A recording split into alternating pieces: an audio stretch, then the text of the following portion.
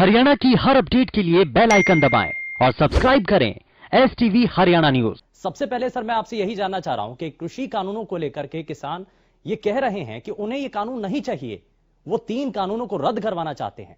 सरकार का अगला कदम इस पर क्या होगा? देखिए, मेरी सब किसान भाइयों से, किसान नेताओं से अपील है कि अब की पॉइंट वाइज सारी चर्चा हो चुकी है। केंद्रीय मंत्रियों ने चर्चा में आपकी सारी भ्रांतियां आपकी दूर कर दी हैं, शंकाएं आपकी मिटा दी हैं और अब आपको एक विजयी होकर आंदोलन को ख़त्म करना चाहिए।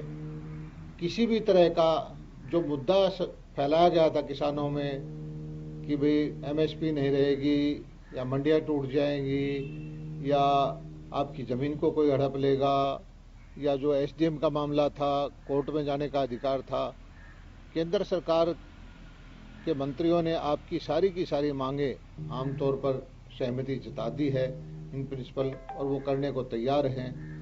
मेरे विचार से पंजाब के किसान या और दूसरे किसानों का कोई औचित्य रह नहीं जाता। हरियाणा का किसानों का जरूर एक चीज है कि इस आंदोलन के अंदर अगर SYL की पानी की मांग भी हो जाती, ये मुद्दा भी रख देते सारे किसान यूनियन, तो हरियाणा का किसानों का भला भी हो जाता। क्योंकि 30-40 साल से हरियाणा का किसान SYL की पानी के इंतजार में बैठा है और सुप्रीम कोर्ट के फैसले भी हो चुके हैं और हमारे पंजाब के किसान हरियाणा के किसान के बड़े भाई हैं। बड़े भाई को छोटे भाई का भी ख्याल रखना चाहिए। और हमारे दक्षिण हरियाणा के 7-8 जिले तो ऐसे हैं जहां पीने के पानी की भी समस्या आ गई है। सिंचाई की बात तो छोड़िए, और किसान के लिए सबसे बड़ा मुद्दा है वो नहरी पानी का है। पानी होगा तो फसल होगी, फसल होगा तो मंडी या भाव की जरूरत पड़ेगी जी। हमारा तो जमीन ही बंजर हो जाएगी और पानी के बगैर हमारे हरियाणा के किसान की हालत जो है ठीक है सर, खराब हो चुकी। लेकिन आप सरकार की तरफ से ये जो आपत्तियां किसान संगठन नेताओं ने दर्ज की थी, उन आपत्तियों को संशोधित प्रस्ताव के जरिए किसान संगठन नेताओं को पेश कर दिया गया। क्या कारण है जब सरकार बार बार ये कह रही है कि हमने तो सभी मांगों को स्वीकार कर लिया है, संशोधित कर दिया है, पूरे प्रस्ताव को आपके सामने रखा है, लिखित तौर पर MSP का भी गारंटी और तमाम और जो दूसरी चीजें हैं उनको भी शामिल किया गया, क्या कारण है कि स्वीकार नहीं किया जा पा रहा है? संगठन इसके बाद आपत्ति क्या जाहिर कर रहे हैं सर? मुझे नहीं लगता कि कोई भी किसान इन मांगों को स्वीकार करने के बाद आंदोलन करना चाहेगा। ऐसे हालात में ऐसा लगता है कि आंदोलन को किसी वेस्टेड इंटरेस्ट ने हाईजैक कर लिया है और वो इस आंदोलन को किसानों का आंदोलन ना रह के अपने एजेंडा को सेट करना चाहते हैं। मेरी किसान भाइयों से यही प्रार्थना है कि आप समझिए, अपने अधिकारों की मांग करना कोई बुरी बात नहीं है, लेकिन ऐसी ताकतों को आंदोलन को अपने कब्जे में ना लेने दें जो देश के हित में ना हो। तो जो इस वक्त धरना स्थल पर लोग मौजूद हैं सर, आप कह रहे हैं कि ये जो दूसरी ताकतें हैं जो पूरे इस आंदोलन को हाईजैक कर चुकी है, कौन लोग हैं ये? आप कुछ बताना चाहेंगे इस बारे में भी? जैसे वीडियो आया है कि कुछ ऐसे नेता हैं जो लेफ्ट माइंडेड हैं, जिनके ऊपर तरह तरह के केस चल रहे हैं। कोई शाहीन बाग में था, कोई किसी आंदोलन में था, कोई देश के टुकड़े टुकड़े करने वाला गैंग का था, तो वो इस आंदोलन को हाईजैक करना चाहते हैं। किसान के जितने भी नेतृत्व है किसानों की, मेरी हाथ जोड़ के प्रार्थना है कि नेतृत्व अपने हाथों में रखें, ऐसी ताकतों से बच के रहें जिनका अपना वेस्टेड इंटरेस्ट है। JP दलाल जी, शुरुआत में कहा जा रहा था और मुख्यमंत्री ने भी इसका जिक्र किया था कि इस पूरे आंदोलन के अंदर हरियाणा के किसानों की भूमिका ना के बराबर है। अब की स्थिति क्या आपको नजर आती है? हरियाणा के किसान, जब खापों की तरफ से भी ऐलान कर दिया गया है, क्या आप मान रहे हैं कि अभी भी हरियाणा के किसान इसमें समर्थन नहीं दे रहे हैं? नहीं, मैं तो एक चीज कहता हूं कि हरियाणा के किसानों की भी, किसान के जो मामले हैं उसमें भूमिका होनी चाहिए और उनको हिस्सा लेके एक बड़े पंजाब के किसानों से या दूसरे जो आंदोलनकारियों के नेतृत्व है उनसे हाथ जोड़ के प्रार्थना करनी चाहिए कि आपने इतनी अपनी 15-20 मांगे अपनी डिस्कशन कर ली, 7-7 घंटे की डिस्कशन हुई, ज़्यादातर मांगे आपकी मान भी ली गई। एक मांग तो कम से कम हरियाणा के किसानों की भी उसमें डाल देनी चाहिए कि एक समय सीमा के अंदर एसवाइल का निर्माण हो और हरियाणा को उसका हक मिले। सर क्या कारण है? किसान भाइयों से मेरी प्रार्थना है कि आप जो है आंदोलनकारियों से प्रार्थना करें कि भी इसमें एक मांग जो है हमारे हरियाणा के किसानों के लिए मांग लें, क्योंकि हरियाणा के किसानों के लिए इससे बड़ी मांग हो ही नहीं सकती। सर इस दौरान किसान संगठन नेताओं की तरफ से एक और बात जो है बार बार रखी जा रही है, वो कह रहे हैं कि हमें सरकार पर भरोसा नहीं है। ये जो गैप है किसान संगठन नेता या फिर किसान का और सरकार के बीच में, इसके बीच में जो दूरियां हैं, जो खाई बढ़ती चली जा रही है, उसको पाटने के लिए क्या किया जाएगा? बीच में यह भी कहा जा रहा था कि अब बैठकों के जरिए और लगातार जानकारी किसानों को दी जाएगी। किसी भी समस्या का समाधान जो है संवाद के द्वारा ही संभव है और कई बार दौर की मीटिंग हो चुकी है और मुद्दा दर मुद्दा बहस हुई है और किसानों की शंकाओं का समाधान कर दिया है और किसानों की मांग पर उसको लिखित में भी दे दिया गया है और हर तरह की समस्याओं के कोई ऐसा मुद्दा नहीं है जो डिस्कशन में ना आया हो सिवाय हरियाणा के एसवाइल के पानी के। तो मेरी किसान भाइयों से अब प्रार्थना है कि संवाद को जारी रखिए। केंद्र सरकार आपकी बात संवाद को दोबारा चालू करके आपकी हर जो संभव चीज़ है उसको मानने को तैयार है। किसान हितैषी सरकार है और ये मेरी भी प्रार्थना है कि इसमें जो है अगली बार संवाद हो तो एक लाइन हरियाणा के किसानों का भी ध्यान रख के एसवाइल का भी इसमें जोड़ दें। सर इसमें अब एक चीज बार बार इससे पहले भी आपके द्वारा भी कही गई कि लेफ्टिस्ट विचारधारा के जो लोग हैं उन्होंने इस आंदोलन को हाईजैक किया है, तो इसीलिए बातचीत नहीं बन पा रही है। तो क्या उस अभी तक का जो कम्युनिकेशन जो जरिया रहा है उसके अंदर इस लेफ्टिस्ट विचारधारा को साइडलाइन करके जो असल मायने में किसान है, क्या उनसे भी बातचीत किए जाने की चर्चा आगे बढ़ी है? उनसे भी बात की जा रही है क्या इस दौरान? देखिए, जो भी लोग हैं चाहे वो लेफ्टिस्ट विचारधारा के हों, चाहे एक्सट्रीम लेफ्टिस्ट हों, चाहे और नेतृत्व किसानों का हो, हैं तो देश के ही नागरिक। और मेरी उन विचारधारा के लोगों से एक प्रार्थना है कि देश के अंदर लोकतंत्र है और अगर वो ऐसे आंदोलन चलाएंगे जो लेफ्टिस्ट विचारधारा के आंदोलनकारी या नेतृत्व जो है वो, तो फिर देश का जनमानस उनको देख रहा है और वो उनको नकार देगा। और किसान भाइयों से मेरी प्रार्थना है कि आपके अधिकांश मुद्दे जो हैं वो सॉल्व हो चुके हैं और कोई बचा हुआ है तो केंद्रीय नेतृत्व बार बार आपसे प्रार्थना कर रहा है कि संवाद को जारी रखें और कोई कमी है तो उसके बारे में दोबारा चर्चा करें। संवाद और चर्चा के द्वारा ही किसी भी समस्या का समाधान जो है संभव है। और मैं एक प्रार्थना फिर करता हूँ जी कि हरियाणा के किसानों का भी ध्यान रखें। इसमें जो है एक लाइन हमारे हरियाणा के किसानों के हेतु कि भाई एसवाइल का निर्माण भी हो जाए, वो भी कृपा करके इसमें जोड़ लें।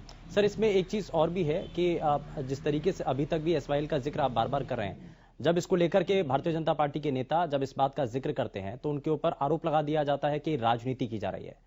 तो राजनीति असल मायने में कर कौन रहा है?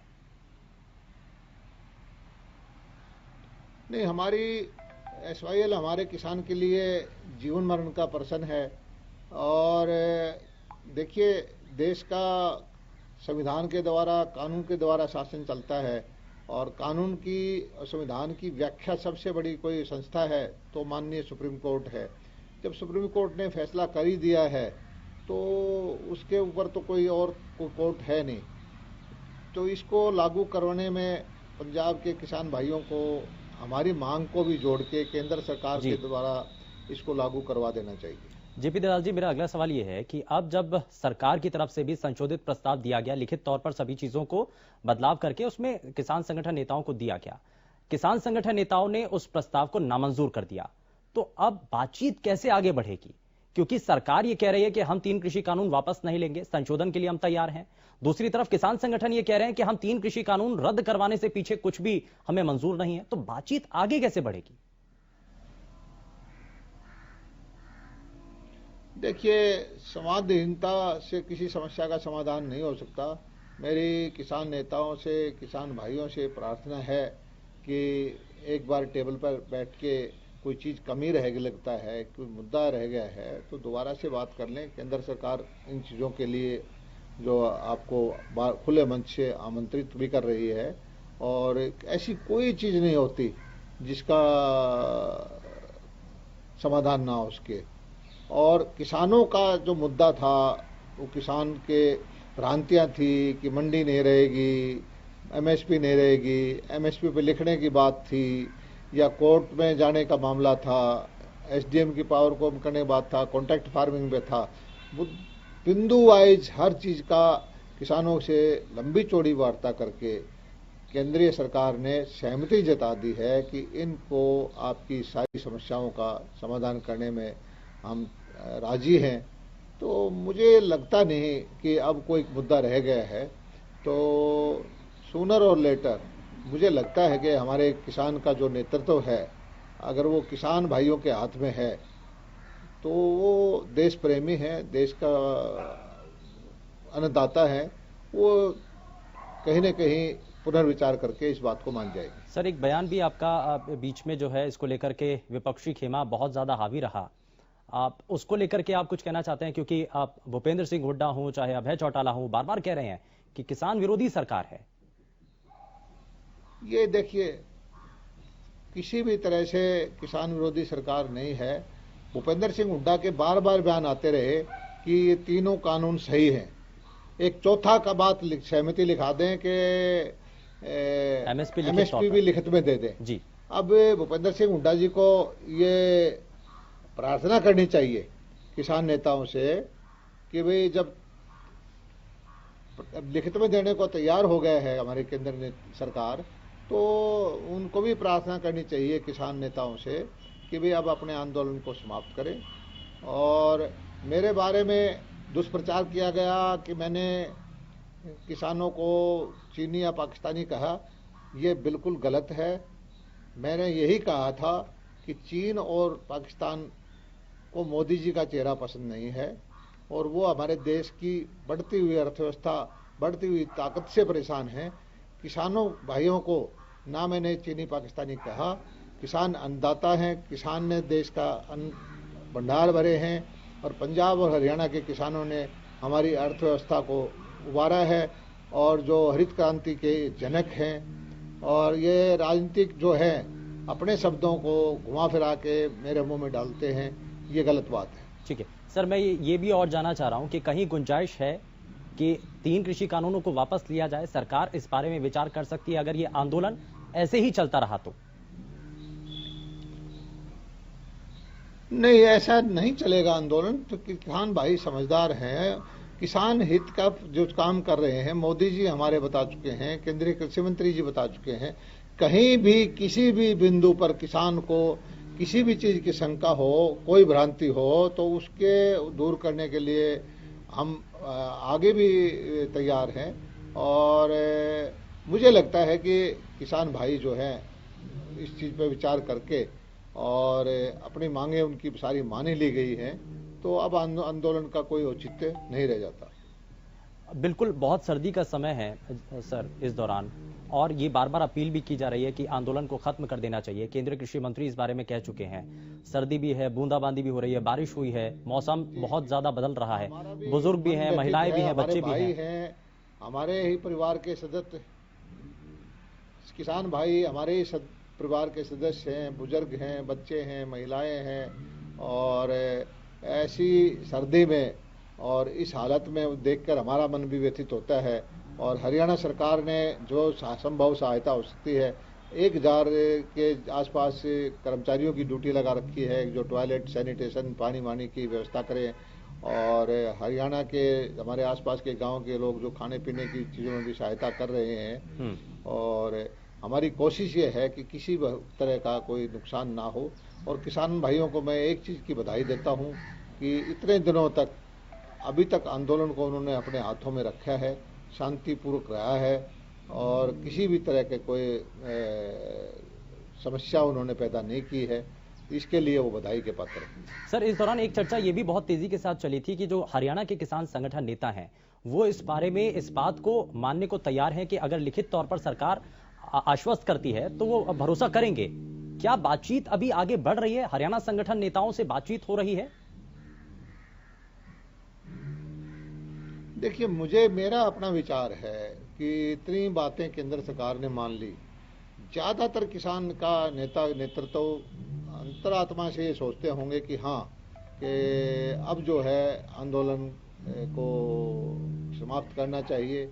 लेकिन कहीं न कहीं कुछ ताकतें ऐसी भी हैं कि हो सकता है कि वो नेतृत्व में हैं या बाहर से कर रही हैं, कि जो ये चाहती हैं कि जो उनका किसान आंदोलन से, किसान हित से, किसान की व्यवस्था से कोई लेना देना नहीं है, वो नहीं चाहती कि ये शांतिपूर्वक आंदोलन शांतिपूर्वक ढंग से सारी मांगे मानने के बाद भी समाप्त हो जाए। और कुछ हेतु है राजनीतिक दलों का भी, वो अपना किसान आंदोलन में ही उनको सत्ता की कुर्सी दिखाई देती है। मुझे लगता नहीं है कि किसान नेतृत्व इस चीज को करने देगा। वो समझदार हैं, उनको अपने हितों की रक्षा करने में समर्थ है और जो इस तरह की ताकतों को वो दूर रखेंगे। ठीक है सर, मेरा आखिरी सवाल ये कि किसान तो इस वक्त जो दिल्ली हरियाणा बॉर्डर है और दिल्ली से लगते हुए जो और सीमाएं हैं वहां पर डटे हुए हैं, तो अभी तक तो बातचीत के लिए विज्ञान भवन के लिए जाना होता था और अब हरियाणा के भी कई जो विपक्षी नेता हैं वो भी धरना स्थल पर पहुंचे हैं। तो अगर ऐसी जरूरत पड़ी तो क्या आप भी पहुंचेंगे? किसानों के बीच में पहुंचना क्या सही है? आप जाएंगे मिलने? देखिए, अगर मेरे हरियाणा के किसानों के अगर एसवाइल के निर्णय की बात की उसमें मांग में डलवा देते हैं तो मुझे सहर्ष में वहां जहां भी कहोगे वहां पहुंचूंगा। हर किसान का स्वागत भी करूंगा और मैं पूरे अपने व्यक्तिगत तौर पे इसमें हिस्सेदारी भी लूंगा। तो क्या केंद्रीय कृषि मंत्री से भी इस बारे में बात की जाएगी? आप एसवाईएल का जिक्र जब बार बार कर रहे हैं तो उसको भी इसमें शामिल किया जाए? नहीं, ये काम तो है। देखिए, किसान हित की मांग रखना है जो किसान संगठन का काम है। और जिस तरह से मुझे उम्मीद है कि केंद्रीय नेतृत्व ने जैसे किसानों के अधिकांश मांगों को गंभीरता से लेते हुए चर्चा करके मान लिया है, तो मुझे लगता है कि ये मांग अगर रख दी जाए हमारे सारे किसान संगठनों की तरफ से तो हरियाणा का भी कल्याण हो सकता है। 40 साल से एक मुद्दा लटका हुआ है और बड़े सारे हरियाणा के किसान पंजाब के किसानों के जिंदगी भर नहीं रहेंगे, क्योंकि हमारे दक्षिण हरियाणा में पीने का पानी भी नहीं है। ठीक है सर, आखिरी आप अपील क्या करना चाहते हैं? किसान जो इस वक्त धरना स्थल पर हैं और अलग अलग कार्यक्रम जब कर रहे हैं तो क्या आप उनसे अपील करना चाहते हैं?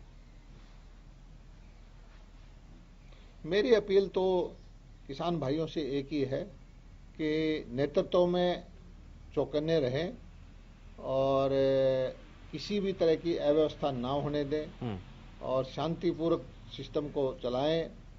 और केंद्रीय नेतृत्व से अगर आपकी कोई भ्रांति रहेगी तो एक बार फिर बैठ के बात कर लें और जो है फिर शांतिपूर्वक विजयी होके यहाँ से जाएं। सरकार आपकी है, देश आपका है, देश का पेट आप भरते हैं, देश के मालिक आप हैं और आपके लिए, आपके हितों के लिए ही ये कानून बनाए गए हैं। इसमें कहीं भी कुछ भी ऐसा होगा भविष्य में भी कि आपको कहीं कोई शंका होगी तो उसका निराकरण करने के लिए सरकार हमेशा तत्पर रहेगी। ठीक है, बहुत शुक्रिया जेपी दलाल जी, आप हमारे साथ जुड़े, आपने बात रखी है और किसानों की जो परेशानी इस वक्त है, किसान